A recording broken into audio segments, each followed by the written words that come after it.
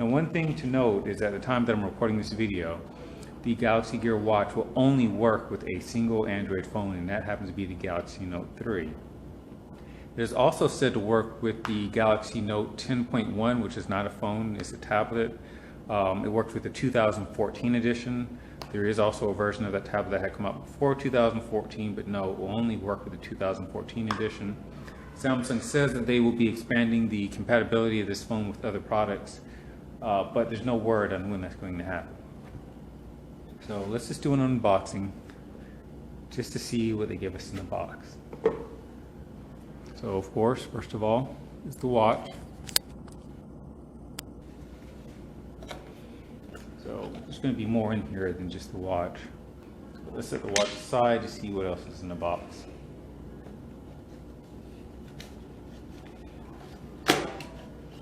Okay, looks like I have a wall charger and it's a micro USB wall charger. Okay, so that's good to know. I can use the same thing for charging my phone and my watch. And so this looks like it is the charging dock. So how does this go? Ah, I see. Makes sense.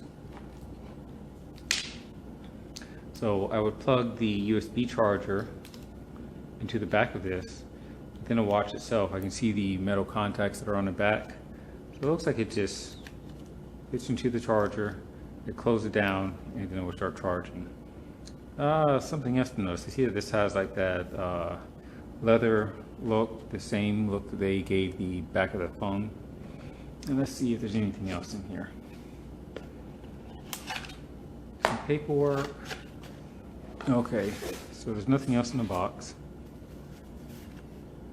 Of course, seen these before. Stop before returning your product to the store. These seem to be almost standard in certain technology products, especially routers.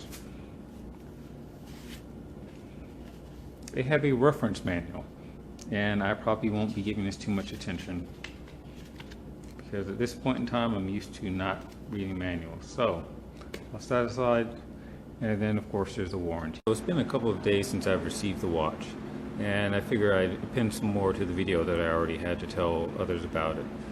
One of the first things that I have to say that I like about the watch is, and this is an option you can turn on and off. Right now the screen is off, but whenever I lift it up to my face and change the orientation, it automatically turns the screen on. And that's an option you can turn on and off.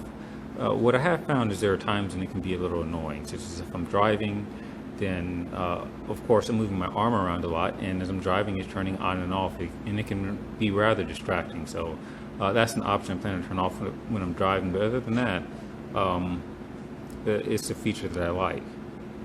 So alternatively, you can hit the button on the side to turn it on, because the button on the side, a single press will always take you back home and turn the device on if it wasn't already on. Now, there's a number of other applications that you can get to from swiping left and right. The contacts, of course, if you go in there, you can see a list of contacts that are on your phone. It has a nice jump list on the side so that you can quickly jump to another area of the alphabet. And swiping down from the top of the screen always takes you back, by the way. So the call logs, which of course shows you the last people you've had conversations with. There's some other apps that are buried here. I'll dig into there in a little while. The general settings on the phone you can change through here. Like I'll go in and change one of the settings on the clock. So that's the current clock face that I have. Let's see. If I change to that one, it would get rid of the weather information, but instead will give me quick access to the camera, as voice, and configuration. That's the one with the pedometer on it. There's actually a few other clock faces that they have that you can download from the store through the phone. Hourly alert. Actually, you know what? I think I'm going to go ahead and turn that on, so it'll make it chime on the hour every hour.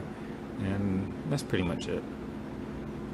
So there are some other settings in here that you could change. Let's back out of that. So of course there's a settings app, the pedometer. Looks like I've taken about 1,500 steps so far today, and it's early morning. Of course, the media control. And I've got mixed feelings about this. If you weren't already playing media, and if you hit this, it'll start the default media application on a Samsung phone, which is something that they've made. The one I actually prefer is Google Play Music.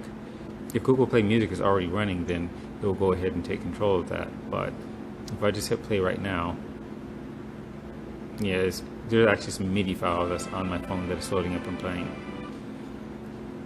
I'll go ahead and turn on my phone for a second.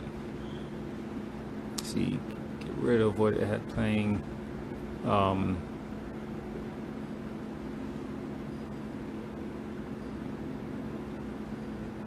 Okay, so let's look at some.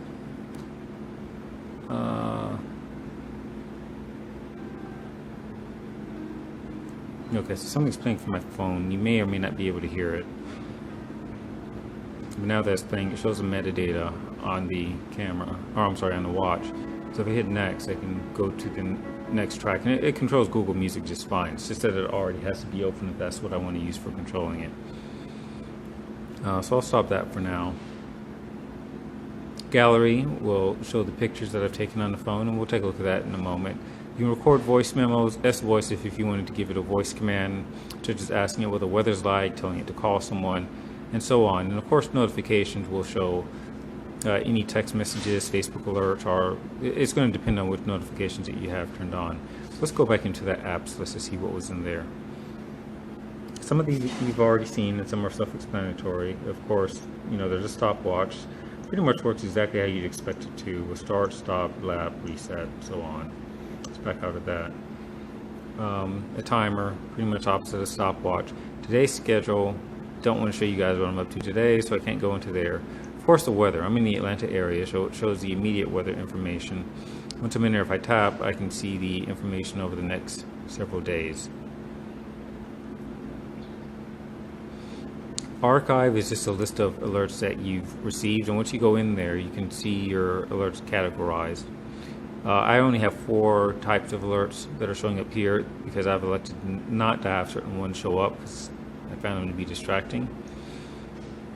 If you need to make a phone call, you can initiate that from here. And of course, it has a built-in camera. Now, the camera that's built into here is 1.7 megapixel.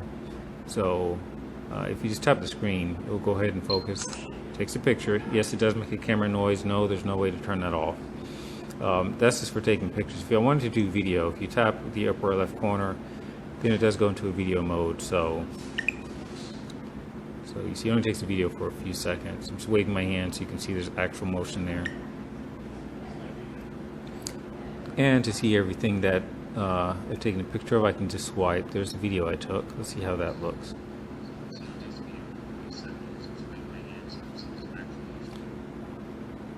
And then, of course, there's a picture that I took.